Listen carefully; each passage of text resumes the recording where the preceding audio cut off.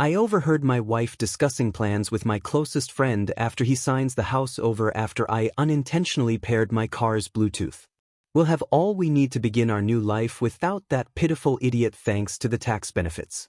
They chuckled. For an additional 97 days, I remain the ideal husband. My phone exploded with 42 missed calls this morning. For years, I have been lurking on this sub.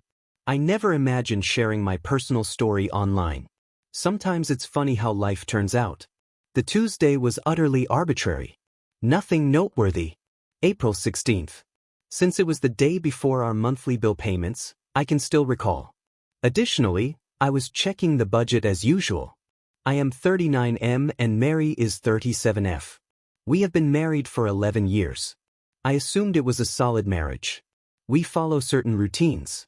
Every Tuesday, she attends her reading group and I often work late to catch up on everything that got lost throughout the week. 3 months ago, due to server problems at the workplace, PM, they sent everyone home. We're nearly out of everything. I made the decision to stop by Costco. Paper, and Mary's favorite small dark chocolate sea salt caramels. Searching Spotify for the podcast Carl suggested about investing ideas while I sat in the Costco parking lot. Connect button on my phone without thinking. Of connecting to my car as usual, it connected to Mary's Highlander today. Strange. Mary's vehicle shouldn't be in this area. Where her book group meets. Phone before I could unplug. Particular one. Acceptable laugh. Voice of a man. Voice of Dylan. Since college. When cold. Finger on the disconnect knob. Very clear voice. While they were seated in her car, Mary must have left her phone on Bluetooth. He really doesn't know. Mary's speech carried the faint buzz she gets from drinking 2 glasses of wine. Brian believes I'm now at book club. Dylan chuckled. He also believes that I'm in Cleveland for that banking conference. He's always had such faith in me, man. Do you recall our near capture during your sister's wedding? I just sat there, motionless. As like shifting would somehow let them know I was paying attention. My stomach fell through my car's floor. Mary said that was too close. However, it won't matter in the near future. We'll have everything we need to begin our new life without that pitiful idiot once he signs the house over for the tax benefits. They both chuckled. I laughed. At me. At my ignorance. The chronology? Much longer must we maintain this charade? My financial advisor, waiting until after our tax filing is the best way to take advantage of capital gains exemption. For myself, Brian already believes it makes sense to put the house in my name. Idea what money is. 3 months. It was precisely 97 days. Until our subsequent tax consultation, which Mary kindly arranged with her highly recommended expert. For an unknown amount of time, I sat in the Costco parking lot and listened to them discuss their future together. How, behind my back, they had been seeing each other for 2 years. How Dylan had been taking advantage of my wife while acting like a good friend. How, for months, Mary had been transferring funds from our joint account into a different one. I dropped my phone because my hands were shaking so much. The connection was lost. I sat there looking at nothing while my mind tried to make sense of what I had just heard. 11 years of marriage. A relationship for life. Bullshit. How I drove home is a mystery to me. Before I went inside, I spent about 45 minutes sitting on our driveway attempting to gather my thoughts. On my phone, I must have viewed at least 200 pictures. Photos of the 3 of us at barbecues, during Dylan's birthday celebration last summer, when he delivered a toast on friendship, and during our fishing trip. There were waves of anger. Hot at first, then freezing. I wanted to contact everyone we knew, pack my bags, and trash the house. I wanted to hold off on confronting her about everything until she got home. I pictured her reaction upon realizing she had been apprehended. Then, however, something became clear. They referred to me as a pitiful idiot. They chuckled about how simple it was for them to trick me. They intended to steal everything I owned. My home, my honor, and if Mary had her way, quite likely a portion of my retirement as well. I made the decision then and there that they would not receive the satisfaction. I went inside, opened my laptop, and put away the Costco items I had never really purchased. I began compiling a list. Don't go up to Mary or Dylan just yet. Keep a record of everything. Times, dates, and discussions. Verify credit reports and joint funds. Look for a lawyer, not someone Dylan or Mary might know. Keep private papers and belongings safe. The hardest part is to be perfectly normal. That evening, I made a fresh Proton Mail email account. I used an old phone I had in my drawer to download Signal. Began recording all of Mary's conversations. Took screenshots of our credit card statements and bank accounts. I was watching Ozark on the couch that evening when Mary arrived home at approximately 9 o'clock, smelling of an unknown fragrance and a little flushed from wine. I asked her how book club was doing, grinning. Without even mentioning a particular book, she stated, "We're reading that bestseller everyone's talking about." That's good. I arrived home late, so I ordered pizza. Some are still in the refrigerator. She seemed somewhat dissatisfied with my typical behavior. Perhaps she anticipated a fight because she was out late once more? Rather, I kissed her on the cheek and returned to my program. I called in ill to work the following day. I ran through the house as soon as Mary left, found her phone hidden in her gym bag, found statements for a different checking account that had almost $40,000 in it, money that had been gradually vanishing from our joint savings, and found a folder of emails she had printed out between herself and Dylan, concealed in a tampon box. The oldest technique in the book, really. Trick? After taking photos of everything, I replaced everything just as I had found it. When I fictitiously inquired about a friend's divorce case on our legal advice that afternoon, I was referred to Arlene, a lawyer, by someone on Reddit. She explained it in detail. I required proof, endurance, and a well-thought-out strategy. She warned me not to show your hand. They'll speed up their plans as soon as they realize you know. You must always be 10 steps ahead. The 97 days that followed were the most difficult of my life. I woke up next to the lady who was going to ruin me every morning. Dylan would text about hanging out, playing video games, and watching the game every weekend. When Mary texted him from the other room, I would occasionally say yes as we were sitting there enjoying beers and seeing him check his phone and smiling. I turned to become the ideal husband. Without being asked, I made repairs around the house. At random, I purchased Mary flowers.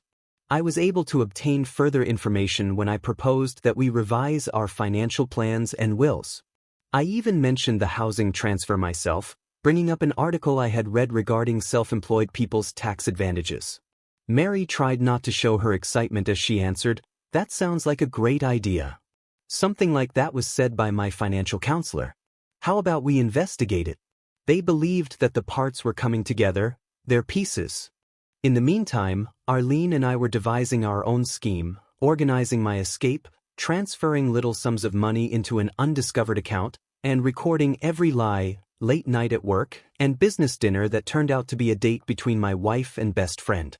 They shared screenshots of their text chats, trips they took while I was working, and a whole Google Photos album of their time together.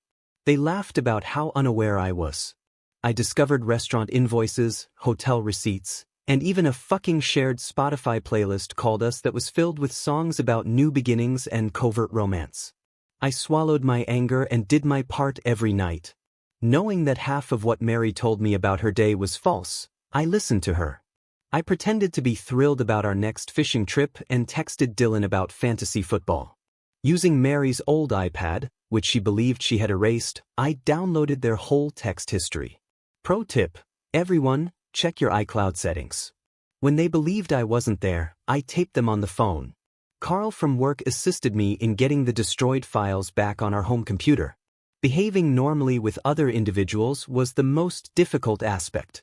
I almost broke down and told my brother Andrew everything when he inquired if everything was well and saw something was wrong. Instead, I brought up his new deck project and explained that I was under stress at work. Slowly the days passed. On certain nights, when Mary was sound asleep next to me, I would lie awake and consider if I should just approach them and end the situation, abandoning my meticulous preparation in favor of the joy of seeing their faces when they realized they had been discovered. However, my determination would once again solidify as I recalled them making fun of me and calling me a pitiful idiot. On day 75, Mary highlighted the upcoming tax appointment and advised us to bring the house documents. On day 89, which was the weekend after the tax appointment, Dylan offered me to spend a guy's weekend at his cabin. Certainly a celebration. I worked with Arlene to finalize everything on day 93. I had everything I needed. We sat down to supper with Rita, Mary's sister, and her husband on day 96. Mary spent the entire night on her phone, most likely sending Dylan a text. Rita inquired as to whether we were getting along well. Before I could respond, Mary interrupted to remark that we had never been happier. Then day 97 came around. The day of the appointment for taxes. The day they believed that their strategy would work out. It was the day I had been looking forward to for 3 agonizing months.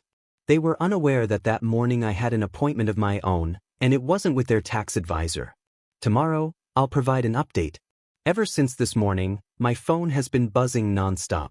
There have been 42 missed calls and counting. Brothers, keep going strong. First update. To begin with, I had no idea my post would become so popular. Goodbye to my inbox. To respond to the most frequently asked questions. Yes, this is regrettably true. I'm not making this up to get more points on the internet. Yes, I do have all of the receipts. It was a unique form of hell throughout those 97 days. Everyone has been curious about how I've been able to maintain my composure. This is the complete account of what transpired between realizing their treachery and carrying out my plan. I felt like I had been struck by a truck when I woke up the morning after hearing Mary and Dylan. I briefly considered the possibility that it had all been a nightmare. Mary then asked if I could pick up her dry cleaning after work after she rolled over and kissed my cheek. She most likely had clothes from dates with my best friend in the same dry cleaners. Sure, I answered with a smile. I then proceeded to the restroom and vomited. My new normal was that. Behaving flawlessly on the exterior while dying on the inside. To keep an eye on my mental condition, I downloaded a mood tracking software that someone on Reddit suggested for people with anxiety. To be honest, the first 2 weeks were primarily filled with FML entries and anger. Day 7. In keeping with their charming description, I launched Operation Don't Be a Pathetic Fool. Intelligence gathering was the first stage. Conspiracy theorists would be proud of the documentation system I put up in a hidden folder on my Google Drive. Locations, timestamps, and meetings that never happened. Mary's location on our shared family plan differed from what I recorded when she indicated she was elsewhere. She had turned off Instagram's location tracking, but she neglected to mention that I could view her GPS data because we shared a T-Mobile account. A huge error. Enormous. Day 12. I met with the lawyer, Arlene, for the second time. She presented me with 3 distinct scenarios, ranging from clean break to burnt earth. Option 4, calculating justice, was my choice. We began documenting everything and building the structure that would safeguard my valuables. It turns out that, legally speaking, Mary's hidden account wasn't all that secret. The money trail opened my eyes. It turns out that Mary's gradual embezzlement of monies was the reason for our tight budget during the previous year. Not enough to notice right away. 300 there, 200 here. But over the course of 18 months, it came to about $40,000. Funds that were intended to be used for our future. Day 15. I received a text from Dylan asking if I would want to attend the game at his house. My phone nearly fell against the wall. Rather, I responded with a beer emoji and wrote back, "Sure, sounds great." Then, thanks to their not-so-secret Google Photos album, I visited his apartment and sat on the same couch where I had seen images of him and Mary embracing only days earlier. He gave me a beer, got some pizza, and began to talk about a female he was seeing in passing. How daring of this person to make up a girlfriend in order to confuse me. As he lied to me, I sat there nodding and asking him questions about this made-up woman. I placed a little USB voice recorder below his coffee table while he was using the restroom. Not my proudest moment, but times of desperation and everything. Day 23. I started to look inattentive and leave my phone in conspicuous locations. Traditional bait. As it turned out, I saw Mary look through it twice. Make fun of her. I had made a dummy. I used a different phone that I carried in my gym bag for my actual conversations with Arlene. Mary discovered precisely what I had requested. Looks for capital gains exemption primary residence and tax benefits for moving house spouses. She put my phone back precisely how she found it, thinking she was being clever. Day 30. I reached a low point. I sat in my car in the Target parking lot during my lunch break, staring at nothing. Nearly canceled the entire event. I was becoming really sick of the continual acting and lying. I asked Andrew via text if he would want to go out for a beer afterwards. I told him that Mary and I were going through some difficulties, but I didn't elaborate. Despite his awareness that something was gravely off, he refrained from pressing. Just listened and continued to pour beer. It made a big difference to have that one night to simply breathe with someone who wasn't trying to take advantage of me. 42nd day. Mary proposed inviting Dylan to join us for supper. I proposed that Madison be invited as well. I always felt Mary's buddy was aware of the affair. Mary's expression was priceless. She said Madison was busy and recovered soon. I persisted, claiming that she was free and that I had previously texted her. Mary was forced to concur. A masterclass in awkwardness was dinner. Dylan was constantly coming up with reasons to assist Mary in the kitchen. Madison continued to give me strange, empathetic glances. I kept everyone's wine glasses full and feigned not to notice any of it. Madison was so inebriated after 3 bottles that she leaned over and questioned whether I was truly all right with things when Mary and Dylan went outside for a smoke break. Neither of them smokes. I pretended to be stupid. Madison was perplexed before realizing I didn't understand her. Her drink spilled as she backpedaled violently. That proved it all. Madison was aware. I asked her a few harmless questions about how long she had known Mary and Dylan were such good friends when I later accompanied her to her Uber. Her look of guilt told me everything. On day 50, I made a fictitious email trail about receiving bonus money, which I unintentionally left open on our shared iPad. In a few hours, Mary began inquiring casually about my job and whether anything noteworthy was going on. I brought up the prospect of a bonus in the upcoming months. She recommended that we utilize it to update the bathroom, which she intended to use with Dylan once I was gone. It sounded ideal, I answered with a smile. Mary left her Apple Watch charging in the restroom on day 63. Dylan's SMS message appeared in the notification preview. I already miss you. Another 34 days. Literally, they were counting down. After snapping a picture of it and documenting it in my evidence folder, I went downstairs to prepare Mary's favorite breakfast, pancakes with blueberries arranged in a smiley face. She texted him back while eating them. I sat up gasping in bed that night, pretending to have a nightmare. I told Mary that I had a dream that she was leaving me when she inquired what was wrong. She held me and assured me that we would always be together. I allowed her to console me as I mentally counted the days while I gazed at the ceiling.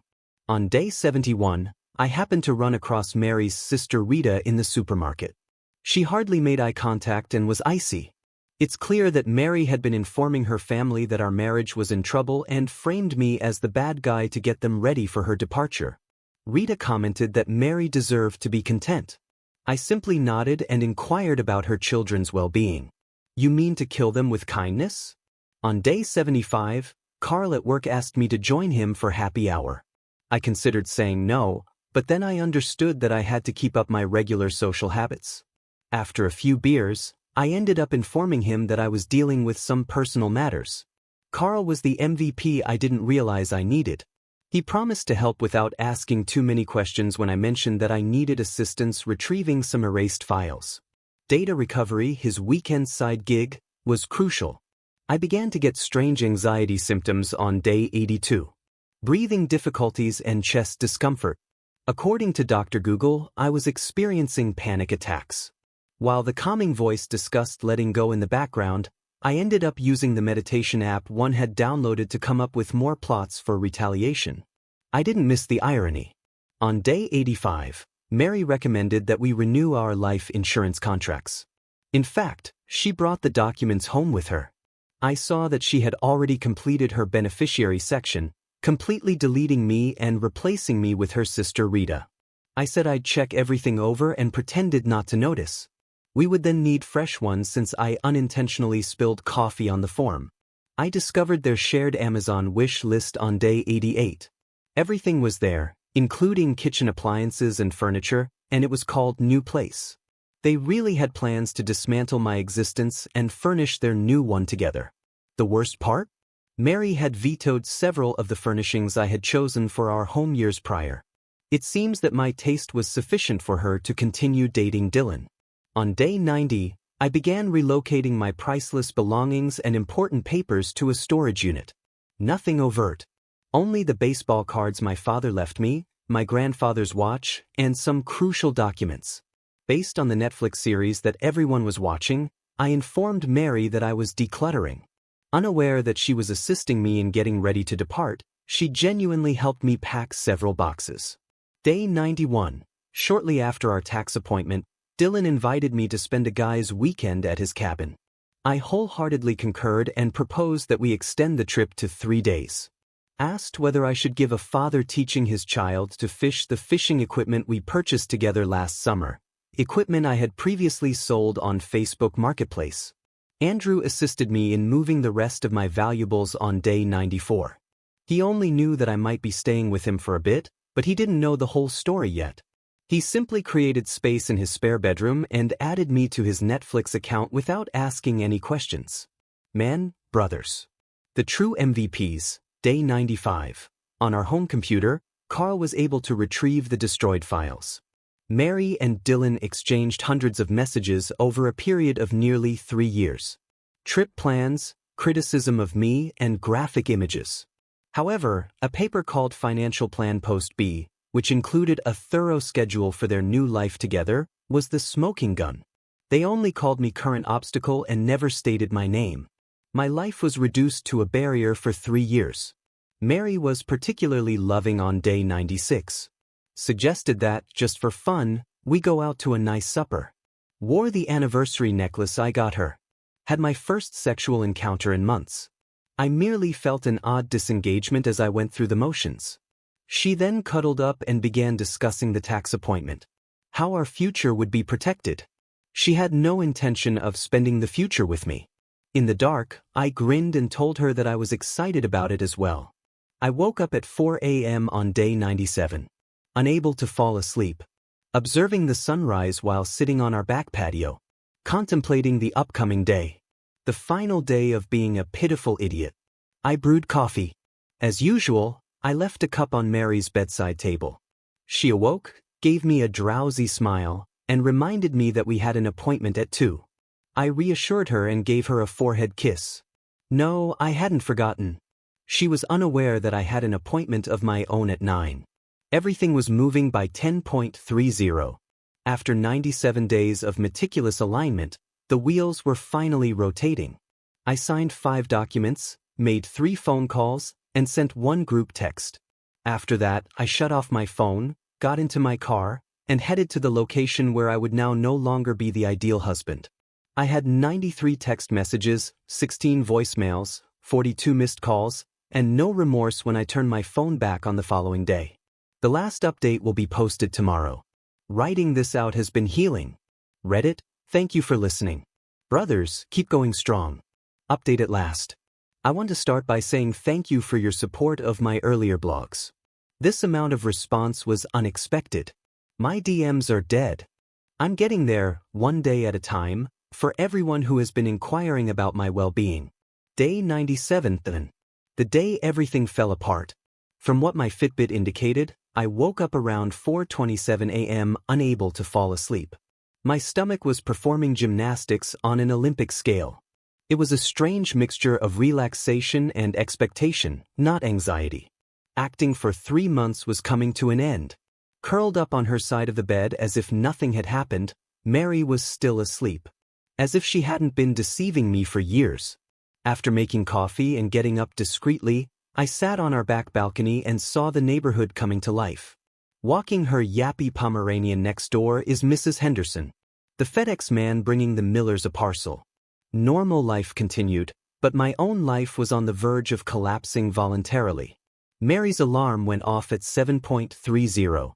She walked into the kitchen to get coffee, gave me a cheek kiss, and reminded me that we had a crucial tax appointment at 2 p.m.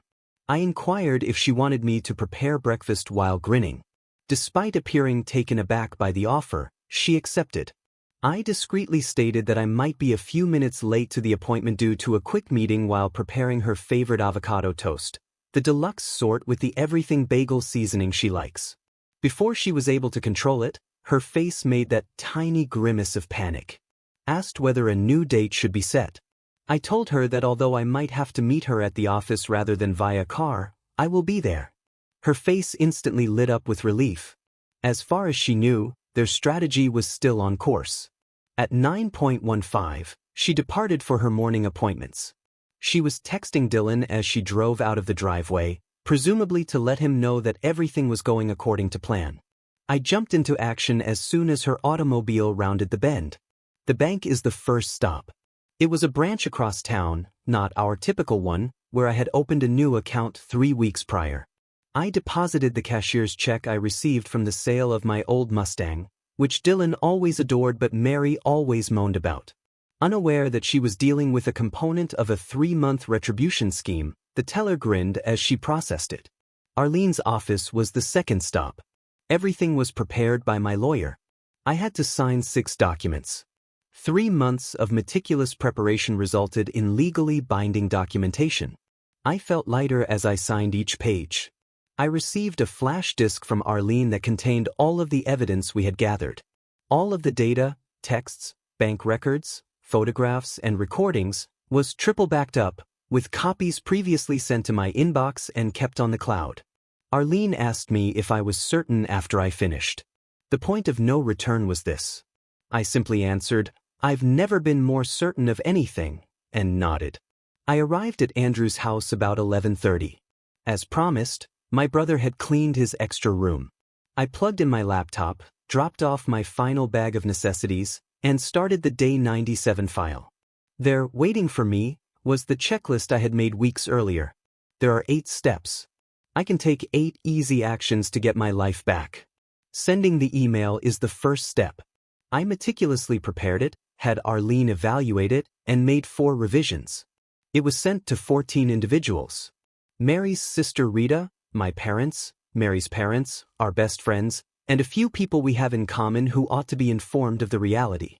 Just the facts, nothing angry or spiteful. It clarified that Mary's protracted romance with Dylan was the reason I was divorcing her.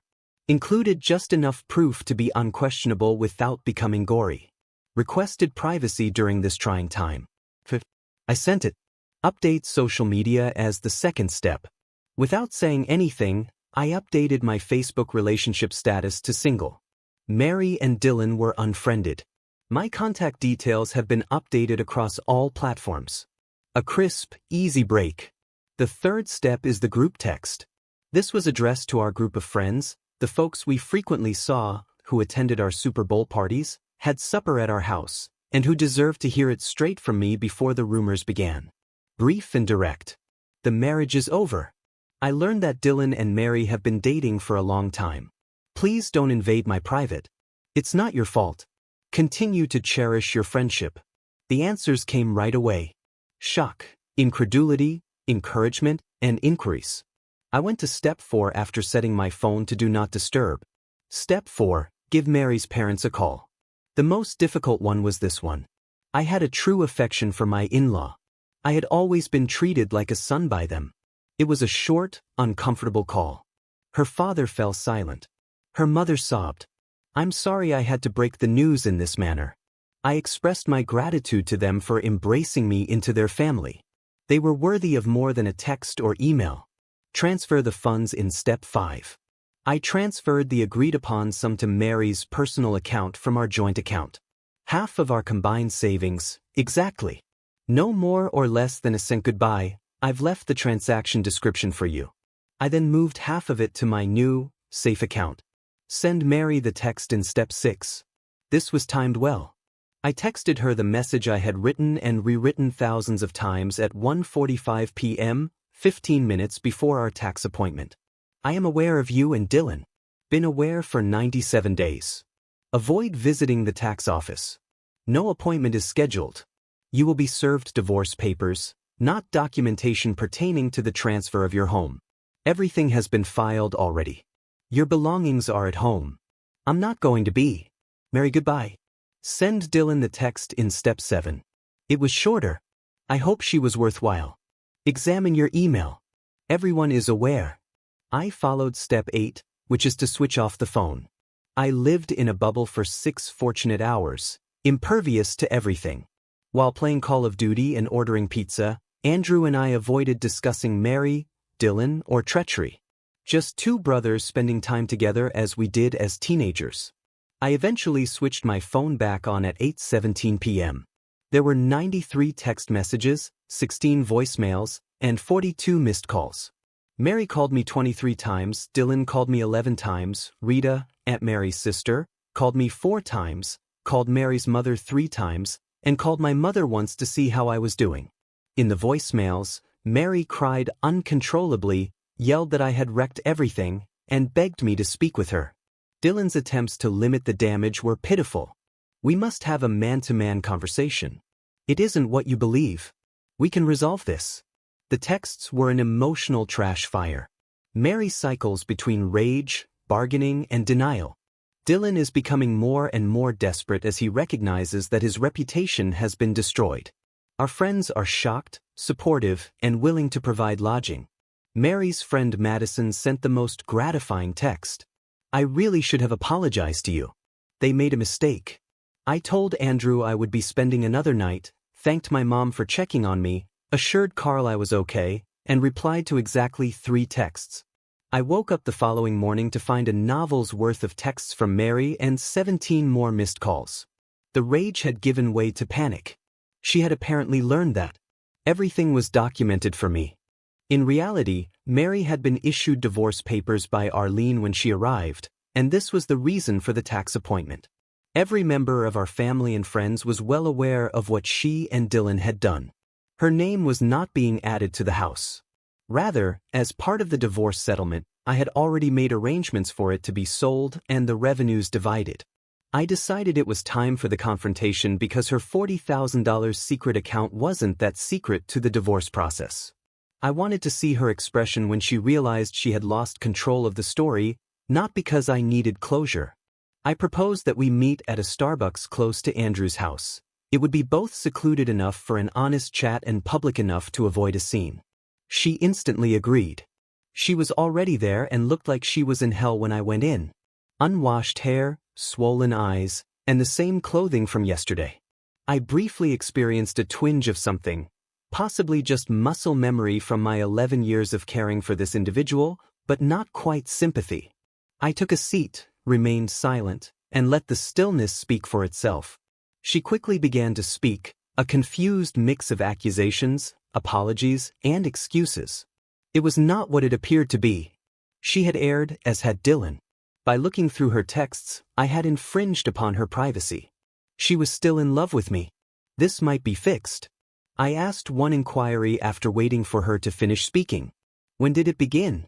After hesitating, she acknowledged that it had been happening for about 3 years. Become more than simply physical at first. Dylan had a deeper understanding of her than I had. They didn't intend to cause me harm. I took out my phone and listened to the tape from her car's Bluetooth, the one where they laughed about stealing my house and called me a pitiful fool. Her face turned white. I told her everything at that point. How the tax advantages plan they thought was so ingenious had been demolished piece by piece while they were unaware of it, how I'd known for precisely 97 days, and how I'd documented every lie, every secret meeting, and every dollar she'd concealed. She added that Dylan had pushed the plan, that she had reservations, and that she tried the tears again. She also asked if there was any way we could try again. I just felt a dull ache where love used to be when I looked at her, this stranger with my wife's face on. I informed her that the conditions of the divorce were reasonable, the papers had already been filed, and that contesting it would simply result in further financial losses and public humiliation. The proof was strong. She grabbed my arm as I was about to depart and inquired as to where I had been living. I didn't respond. She had no right to know. 2 days later, the altercation with Dylan was an unintentional one. I was purchasing essentials for my new life at Target. The number of things you take for granted until you have to purchase them all at once is astounding.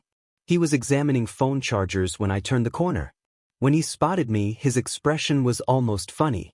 It is not even partially obscured by deer in headlights. He began by using the conventional deflection. We must speak. It's not easy. This was not what Mary and I intended to occur. I just asked him if it was worth it while glancing at him. 11 years of companionship. Countless camping excursions. Game evenings. Birthdays. For what? All thrown away? A lie-based relationship?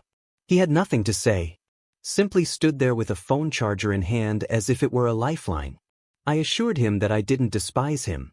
I wouldn't be willing to expend the energy necessary to hate him. After that, I left him standing there with unnecessary electronics all around him. Moving, adjusting, and paperwork took up the following few weeks. In this market, the house sold rapidly. A tiny flat nearer to my workplace was what I discovered. Mary made no objections and signed the divorce papers. She most likely understood that fighting would just reveal more of her deceit. As you can anticipate, there was a lot of repercussions in our social circle. After learning the facts, the majority of our mutual acquaintances supported me, though some attempted to remain impartial. Dylan was kicked out of his fantasy football league. Petty but gratifying. Madison apologized once more for preserving their secret. Unexpectedly, Rita called to express her shame at her sister. The divorce was finalized 3 months after day 97. No fuss, no mess. We divided the assets equitably. My retirement funds remained untouched. She held onto her hidden hoard. She should not give me any money that I hadn't earned. According to rumors, Mary and Dylan are still together and reside in a leased condo on the other side of town. The dream home they intend to purchase with my funds appears to be on indefinite hold. The Amazon wish list for their new location is on indefinite hold.